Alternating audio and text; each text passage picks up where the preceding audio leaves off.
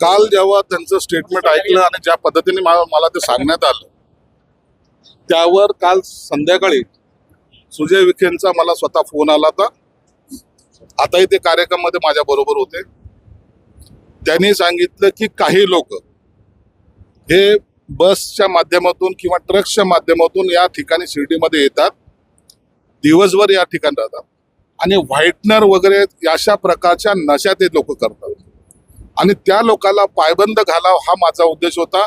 भाविकाचं कोणतंही मन दुखवण्याचा माझा हेतू नव्हता, असं त्यांनी स्पष्टपणे मला सांगितल्यामुळं मला वाटतं साई भक्तांचा अपमान करणं हा त्यांचा हेतू नसावा आणि नसेलच. म्हणून या ठिकाणी ते व्हाईटनर लावून येणाऱ्या भक्तांना जे त्रास देतात किंवा येणाऱ्या तिथं असलेल्या लोकांना जो काही उद्रेक त्या ठिकाणी ते करायचा प्रयत्न करतात, यावर खऱ्या अर्थानं पोलिसांनी आता लक्ष दिलं पाहिजे.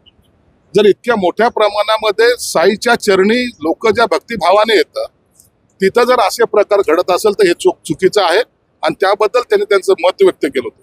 मला वाटतं आता या वादावर पडदा पडला पाहिजे.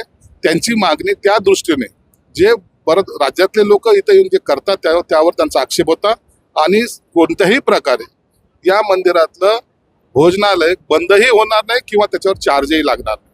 विरोधक जे आहेत त्यांच्या वक्तव्याचा प्रयास करताना दिसून येत आहे.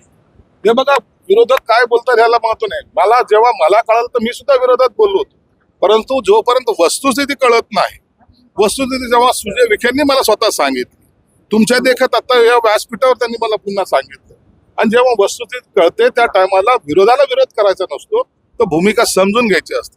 म्हणून त्यांचा उद्देश योग्य होता. म्हणून तुम्हाला वारंवार सांगतो की या ठिकाणी भोजनालयाचे पैसे सुद्धा घेतले जाणार नाहीत आणि हे भोजनालय कायम चांगल्या सर्व भाविकांसाठी खुलं राहणार. विरोधक कह रहे कि साई भक्तों का अपमान है, कैसे? अरे विरोधक काय में भी अपमान की सोचते हो? अरे हम हमारे पार्टी का होने के बाद भी कल हमने उनके ऊपर भाष्य किया था ना, क्या नहीं किया था? लेकिन जब भूमिका समझ में आती, जब उनका कहना समझ में आया, तो क्यों उसके बारे में टारगेट करने की सोच नहीं? यहाँ लाखों साई भक्त आते, उनका भोजनालय की व्यवस्था यहाँ होगी और वो भी निःशुल्क होगी.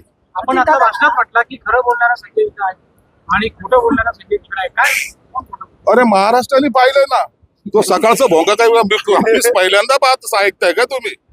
महाराष्ट्राने त्या भोंग्यामुळे त्या उबाटा गटाची वाट लावलेली हे महाराष्ट्र जाणतोय. म्हणून त्या भोंग्याला सुद्धा त्याच्या सुबत्ती आता आलेली.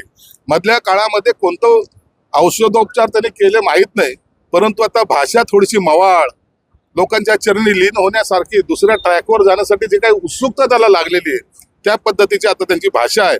एकेकाळी याच मुख्यमंत्र्यांना टार्गेट करणारे हे महाशय आता त्यांना नम्रपणे महाराष्ट्राचे लाडके मुख्यमंत्री बनतायत. हा त्यांच्यात झालेला बदल मला वाटतं त्यांच्यासाठी भरपूर आहे. धनंजय मुंडेंची राजीनाम्याची मागणी राज्यपालांकडे देखील केली जाते विरोधकांकडे. खरं बघता त्यांनी जर राजीनामा दिला तर हे जे प्रकरण आहे ते ट्रान्सपरंटपणे त्याचा चौकशी किंवा इतर गोष्टी करता येईल.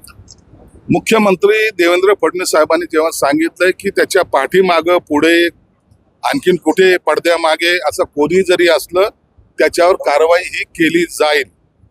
जे जे उजेडात येईल, SIT मध्ये काही पोलीस अधिकारी होते त्यांच्यावर आता कारवाई होते, जे आरोपी पकडल्या जात नव्हते त्यांच्यावर कारवाई होते.